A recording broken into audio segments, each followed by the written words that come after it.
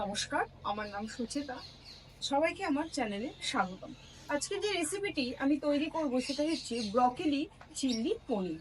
এবং চলুন শুরু করা যাক আজকের রেসিপি।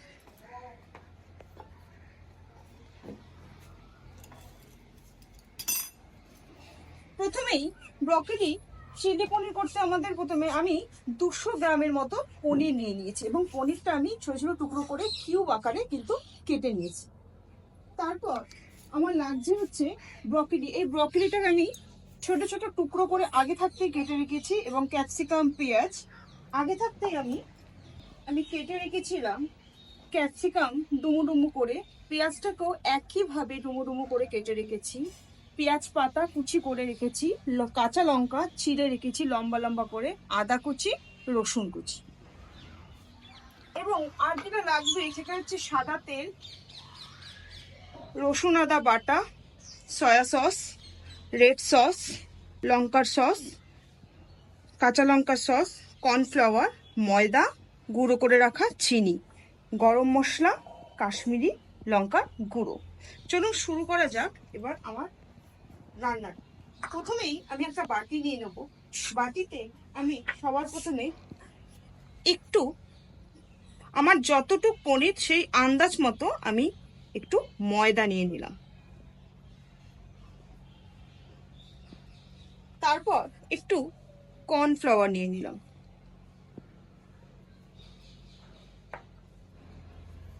তারপর আগে থাকতে বেটে রাখা আদা রসুন বাটাটাও আমি সম্পূর্ণ এর মধ্যে দিয়ে দিলাম এবং কিছুটা সয়া সসও এর মধ্যে আমি দিলাম, অল্প সামান্য একটু। এরপর সম্পূর্ণটা আমি মিশিয়ে ফেলবো।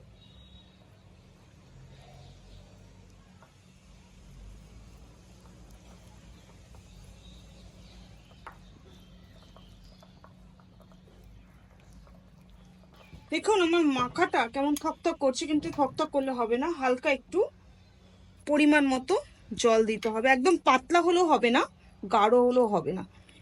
এবং আমি সামান্য একটু এর মধ্যে নুন দিয়ে দিলাম। যেহেতু আমি আগে সয়া সস দিয়েছি এই জন্য সামান্য একটু নুন দিয়ে দিলাম। একটু কাশ্মীরি লঙ্কার গুঁড়ো দেবো,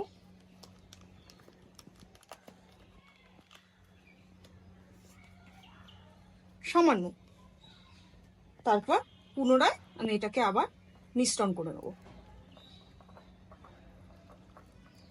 দেখুন আমার মিশ্রণটা পুরো রেডি। এরপর আমি সবার আগে হাতটা ভালো করে ধুয়ে উনুনটা আমি আগে ধরিয়ে নিই।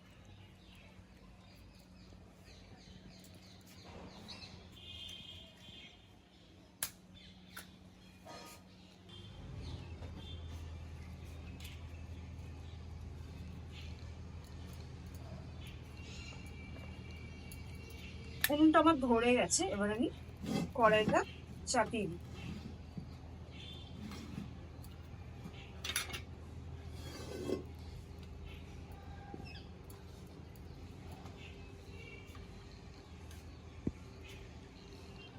কড়াইটা গরম হতে হতে আমি এই পনিরের যে টুকরোটা আমি কেটে রেখেছি সেটা আমি এই মিশ্রণের মধ্যে দিয়ে দিলাম সম্পূর্ণ।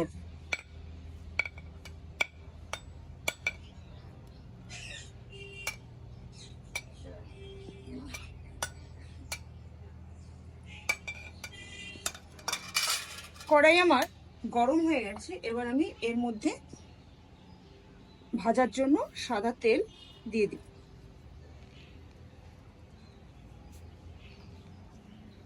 যে মিশ্রণটা আমি রেখেছিলাম পনির গুঁড়ো দিলাম, এটা আমি সম্পূর্ণ মাখিয়ে নেব।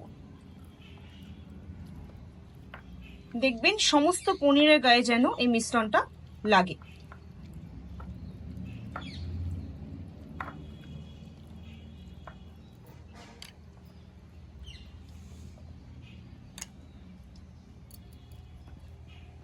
আমি একটু দিয়ে দেখবো যে এটা কড়াইয়ের তেলটা গরম হয়েছে নাকি। এখন তেলটা গরম হয়নি আমার, তেলটা আমার গরম হয়ে গেছে। এরপর আমি যে পনিরের মিশ্রণটা রেডি করে রেখেছিলাম এটার মধ্যে আমি একটা একটা করে দেবো, সবগুলো একসঙ্গে দেবো না, তাহলে গায়ে লেগে যাবে একে অপরে। আস্তে আস্তে ছাড়বে যাতে তেলও যেন গায়ে না লাগে।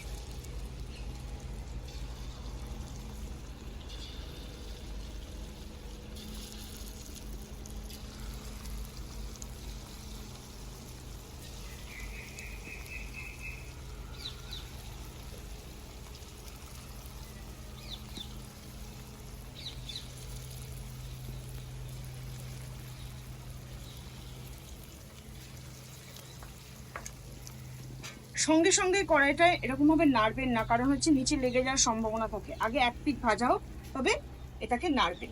দেখুন আমার এক পিঠ হয়ে গেছে, তাই আমি পুরোটা উল্টিয়ে দিলাম আবার।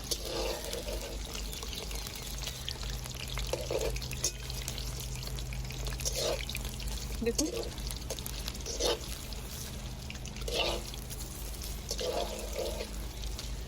খুব বেশি ভাজবেন না, পনিরটা তাহলে শক্ত হয়ে যাবে। হালকার উপর পনিরটাকে ভেজে নেবেন।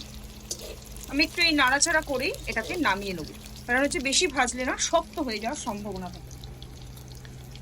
এবার আমি এটাকে নামিয়ে নেব।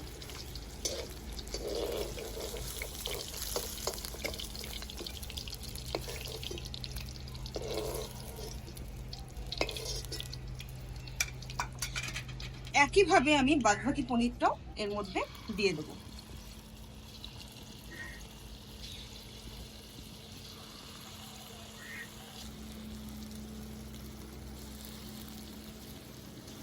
দেখুন আমার সমস্তটা দেয়া কমপ্লিট। এবার আমি একটু হাত ধুয়ে নেব। আঁচ বেশি হলে হবে না, একটু কমা আছে এগুলোকে ভাজবেন। দেখুন আমার আঁচটা বেশি আছে বলে এক পিঠ ভাজা হয়ে গেছে। আবার আমি এটাকে উল্টিয়ে নিলাম।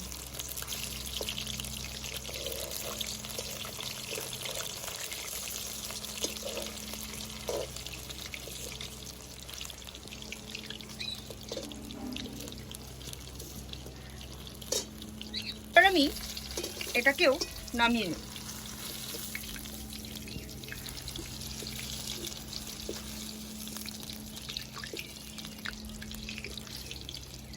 কড়াইতে দেখুন অনেকটা তেল আছে, আমি এতটা তেল ব্যবহার করব না, আমি কিছুটা নামিয়ে রাখবো।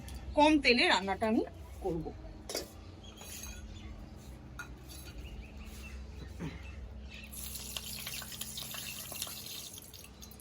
আবার আমি কড়াইটা চাপিয়ে দিলাম। দেখুন তেলের পরিমাণটা কতটা কমে গেল। এরপর আমি আগে থাকতে কেটে রাখা কাঁচা লঙ্কা কুচি দিয়ে দিলাম, আদা কুচি দিয়ে দিলাম, রসুন কুচি দিয়ে দিলাম এবং আগে থাকতে রাখা কেটে রাখা ব্রকলিগুলো দিয়ে দিলাম। তার সঙ্গে কিউব করে পেঁয়াজ কাটাটা দিয়ে দিলাম এবং ক্যাপসিকাম কাটাটাও দিয়ে দিলাম।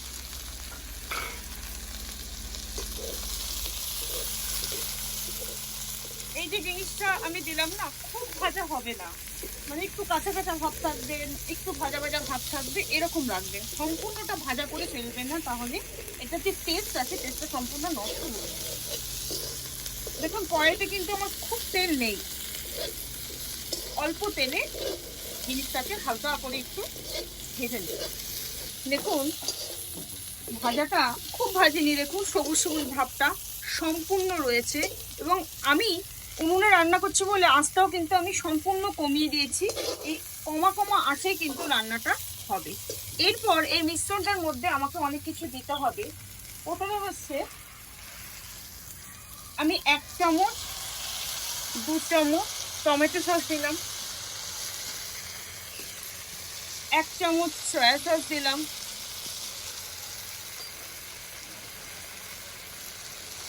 1 চামচ চিলি সস দিলাম, 1 চামচ কি 1.5 চামচ চিলি সস দিলাম এবং গুঁড়ো করে রাখা একটু চিনি আমি এর মধ্যে দিলাম।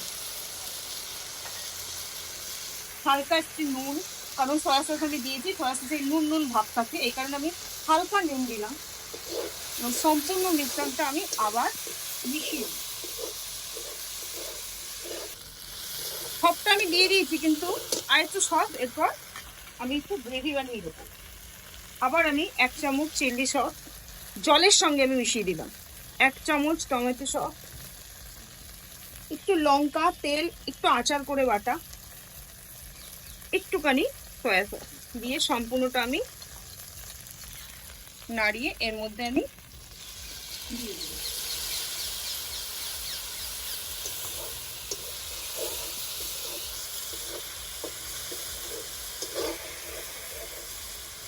এবং যে পনিরগুলো আমি রেখেছিলাম ভেজে, সেগুলো এর মধ্যে আমি দিয়ে দেব।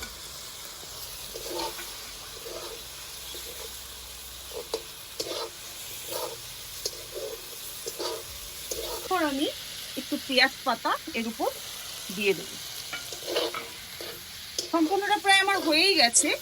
এবার আমি নামিয়ে ফেলবো। নামানোর আগে আমি একটু হালকা গরম মশলা, এর বেশি দেবেন না, কারণ হচ্ছে বেশি দিলে তেতো তেতো ভাব লাগবে, অল্প একটুখানি দেবেন, দিয়ে আবার পুনরায় সম্পূর্ণটা নাড়িয়ে নেবেন। আমার এটা প্রায় রেডি হয়ে গেছে। এবার আমি এটাকে নামিয়ে ফেলবো।